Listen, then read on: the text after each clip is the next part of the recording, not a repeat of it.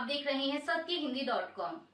एक नजर अब तक की सुर्खियों पर। आरजेडी नेता तेजस्वी यादव ने बिहार के मुख्यमंत्री नीतीश कुमार के उस दावे पर पलटवार किया है जिसमें नीतीश ने कहा था कि उन्होंने ही लालू प्रसाद यादव को मुख्यमंत्री बनाया था।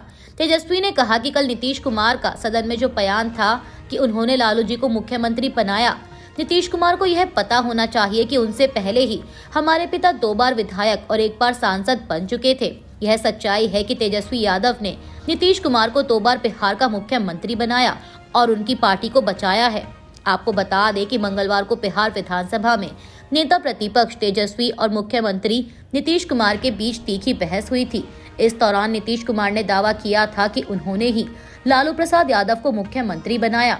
वहीं इस बहस के बाद तेजस्वी ने पटना में आयोजित युवा चौपाल में बिना नाम लिए नीतीश कुमार पर निशाना साधा और कहा कि रिटायरमेंट की उम्र क्या होती है, 60 साल, तो आपको 75 साल का मुख्यमंत्री चाहिए। कोई नई गाड़ी भी लेते हैं तो 15 साल के बाद पुरानी हो जाती है।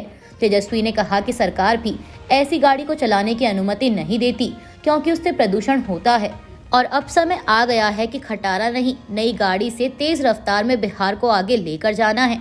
केंद्रीय मंत्री राजीव रंजन सिंह ने आरजेडी नेता तेजस्वी यादव के बयान पर कहा कि तेजस्वी यादव का सपना मुख्यमंत्री बनना है। सपना देखना कोई बुरी बात नहीं है, लेकिन बिहार की जनता ने उनके माता पिता का 15 साल का राज देखा है जहां कोई शासन नहीं था। लालू प्रसाद जी ने राज किया और जब चारा घोटाले में जेल में जाने लगे तो अपनी पत्नी को मुख्यमंत्री बना दिया। वे परिवार से बाहर नहीं निकले। पति, पत्नी और बेटा यही पार्टी है। ये बिहार का क्या भला करेंगे। लालू प्रसाद यादव के राज में बिहार में सड़क नहीं थी, किसी गांव में बिजली नहीं थी, बिहार में कानून व्यवस्था नहीं थी। नीतीश कुमार ने बिहार में सड़कों का जाल बिछाया, गांव-गांव तक बिजली पहुंचाई। यह शासन व्यवस्था उनकी नजर में खटारा है और उनके माता पिता का शासन बिहार का बहुत स्वर्णिम शासन था। लंदन में विदेश मंत्री एस जयशंकर की गाड़ी के सामने आकर खालिस्तान समर्थकों के विरोध प्रदर्शन करने की खबरें सामने आ रही हैं और इसे उनकी सुरक्षा में बड़ी चूक माना जा रहा है। अब भारतीय विदेश मंत्रालय ने इस मामले पर प्रतिक्रिया देते हुए इसे भड़काऊ गतिविधि बताते हुए इसकी निंदा की और इसे लोकतांत्रिक स्वतंत्रता का दुरुपयोग बताया। विदेश मंत्रालय की ओर से कहा गया कि हमने विदेश मंत्री की ब्रिटेन यात्रा के दौरान सुरक्षा उल्लंघन के फुटेज देखे हैं। हम अलगाववादियों और चरमपंथियों के इस छोटे समूह की भड़काऊ गतिविधियों की निंदा करते हैं और उम्मीद करते हैं कि मेजबान सरकार ऐसे मामलों में अपने राजनयिक दायित्वों को पूरी तरह से निभाएगी। मीडिया रिपोर्ट्स के मुताबिक यह घटना बुधवार 5 मार्च की है। जब विदेश मंत्री चैथम हाउस पहुंचे तो वहां पहले से ही खालिस्तान समर्थक मौजूद थे। वो पीले झंडे और लाउड स्पीकर लेकर वहां खड़े हुए थे और खालिस्तान जिंदाबाद के नारे लगा रहे थे। बाद में जब वह चैथम हाउस से रवाना हुए तो एक व्यक्ति उनकी कार की ओर दौड़ा और पुलिस अधिकारियों के सामने तिरंगे को फाड़ दिया। बाद में वहां मौजूद पुलिस कर्मियों ने उसे हिरासत में ले लिया। कांग्रेस सांसद मनीष तिवारी ने भारत के विदेश मंत्री डॉक्टर एस जयशंकर के पीओके वाले बयान पर प्रतिक्रिया दी है। उन्होंने कहा कि भारत सरकार ने भारत के सुप्रीम कोर्ट से एक वादा किया था कि जम्मू कश्मीर के राज्य के स्तर को जल्द बहाल कर दिया जाएगा।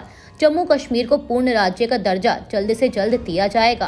केंद्र सरकार को सबसे पहले यह बताना चाहिए कि वे जम्मू कश्मीर को पूर्ण राज्य का दर्जा कब लौटाएंगे।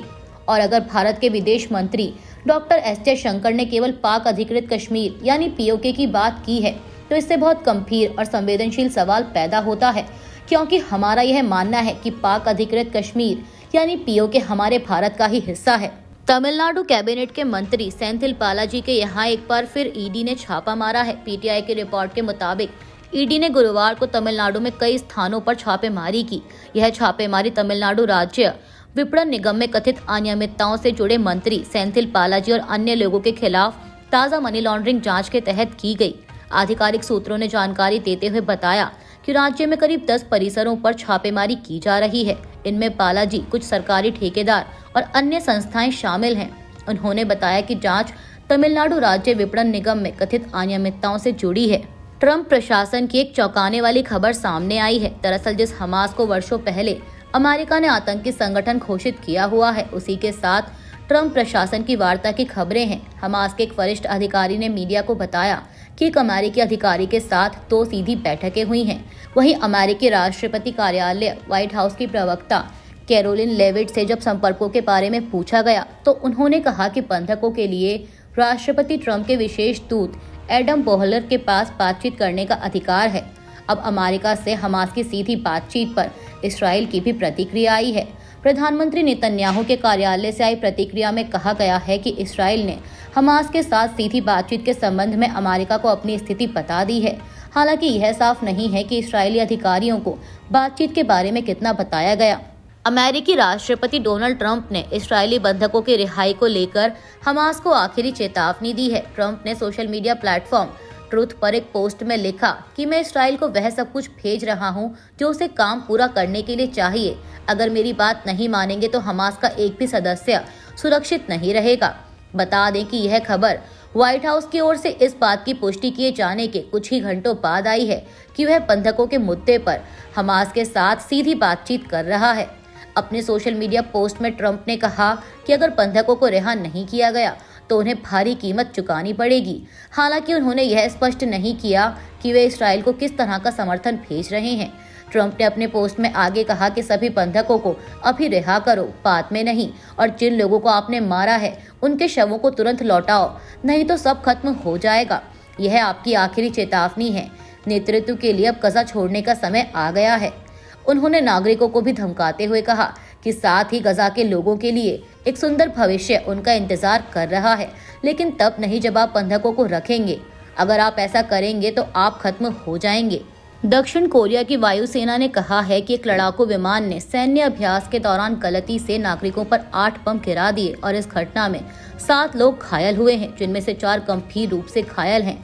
दक्षिण कोरिया की वायुसेना के KF-16 विमान से जुड़ी यह घटना स्थानीय समय अनुसार लगभग 10:04 पर उत्तर कोरिया की सीमा के पास पोचियोन शहर में हुई। माना जा रहा है कि गलती से गिरे 8 बमों में से सिर्फ एक ही बम फटा है। पोचियोन के अधिकारियों ने मीडिया को बताया कि बम निरोधक दल अन्य 7 बमों को सुरक्षित तरीके से नष्ट करने के लिए काम कर रहा है और इलाके के आसपास रहने वाले लोगों को सुरक्षित स्थान पर ले जाया गया है। भारत के विदेश मंत्री डॉक्टर एस जयशंकर ने बुधवार को लंदन में कश्मीर के मुद्दे पर बात करते हुए कहा कि जिस दिन हमें पाकिस्तानी कब्जे वाले हिस्से वापस मिल जाएंगे उस दिन कश्मीर का मुद्दा सुलझ जाएगा।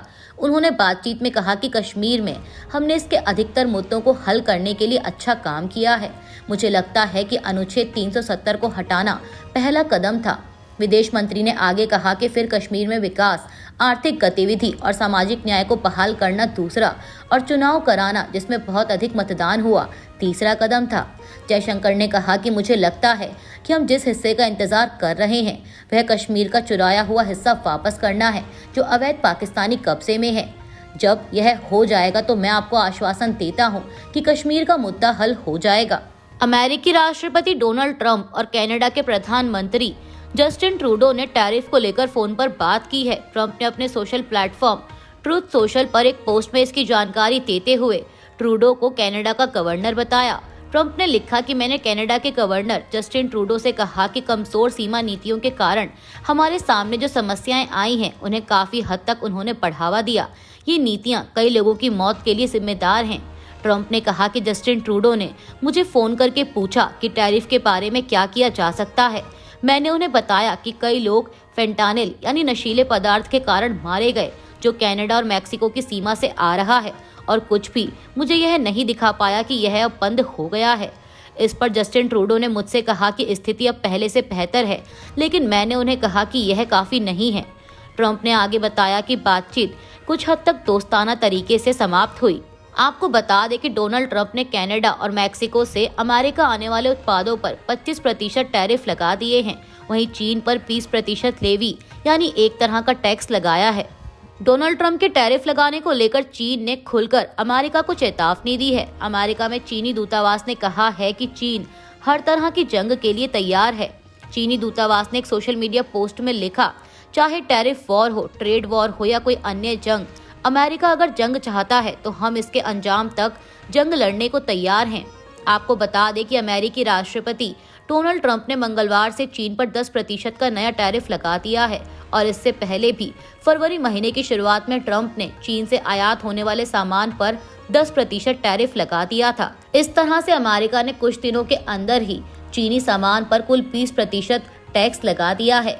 वहीं चीन ने भी मंगलवार को ट्रंप के इस कदम के फौरन बाद फरवरी महीने की तरह ही अमेरिका से चीन आने वाले कई कृषि उत्पादों पर 10 से 15% टैरिफ लगा दिया। आंध्र प्रदेश के मुख्यमंत्री एन चंद्रबाबू नायडू ने मंगलवार को देश के नेतृत्व पर भरोसा जताते हुए कहा कि सरकार अमेरिका द्वारा टैरिफ लगाए जाने से उत्पन्न चुनौतियों को रणनीतिक लाभ में बदल देगी। नायडू ने पत्रकारों से कहा कि हमेशा कुछ समस्याएं रहेंगी, अब मुद्दा यह है कि सभी समस्याओं का अपने लाभ के लिए कैसे उपयोग किया जाए। मुझे विश्वास है कि हमारे प्रधानमंत्री बहुत सक्षम हैं, वे इसका लाभ उठाएंगे और संकट को अवसर में बदल देंगे। आपको बता दें कि मुख्यमंत्री नायडू की यह टिप्पणी अमेरिका द्वारा प्रमुख व्यापारिक साझेदारों पर टैरिफ लगाने के फैसले के मद्देनजर आई है, जो भारत के लिए कूटनीतिक और आर्थिक चुनौती का संकेत है।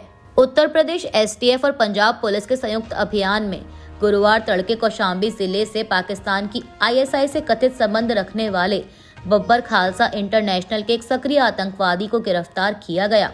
पीटीआई के मुताबिक संदिग्ध आतंकवादी लाजर मसीह, जो पंजाब के अमृतसर के रामदास इलाके के कुर्लियान गांव का निवासी है, को सुबह करीब 3:20 पर गिरफ्तार किया गया। अतिरिक्त पुलिस महानिदेशक UP special task force Amitabh Yash ने बताया कि यह अभियान कौशाम्बी के कोखराज थाना क्षेत्र में चलाया गया। यश ने बताया कि उपलब्ध जानकारी के अनुसार गिरफ्तार आतंकवादी बब्बर खालसा इंटरनेशनल के जर्मनी स्थित मॉड्यूल के प्रमुख स्वर्ण सिंह उर्फ जीवन फौजी के लिए काम करता है और पाकिस्तान स्थित आईएसआई के कुर्गों के सीधे संपर्क में है। अभी के लिए बस इतना ही। बाकी की खबरों के लिए जुड़े रहिए सत्यहिंदी.com के साथ। Copyright disclaimer under Section 107 of the Copyright Act 1976. Allowance is made for fair use for purposes such as criticism, comment, news reporting, scholarship, and research. Fair use is a use permitted by copyright statute that might otherwise be infringing.